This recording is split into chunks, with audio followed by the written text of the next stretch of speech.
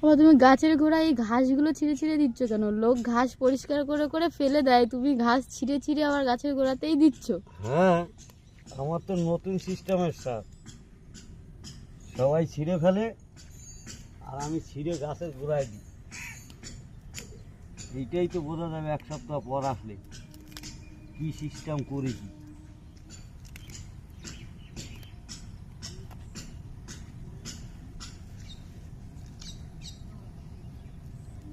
তাহলে এক সপ্তাহ পরে সে দেখবো যে গাছের গোড়া দিয়ে ভেন্ডি হয়েছে নাকি অন্য কিছু জঙ্গল গাছ ভর্তি হয়ে গেছে। তো ভেন্ডি তো হবেই, 10 দিনের মধ্যে ভেন্ডি রেডি। 10 দিনের মধ্যে ভেন্ডি রেডি? হুম।